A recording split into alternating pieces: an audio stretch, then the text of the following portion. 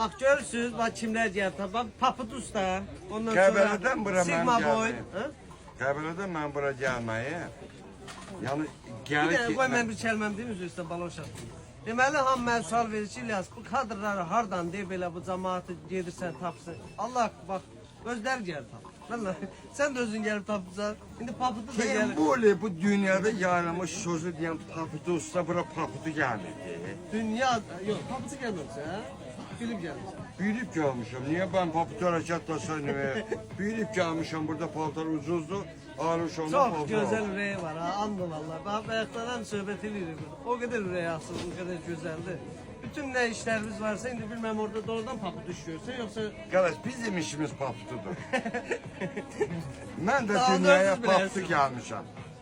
He, Allah'ım var mı? Öpsün, öpsün.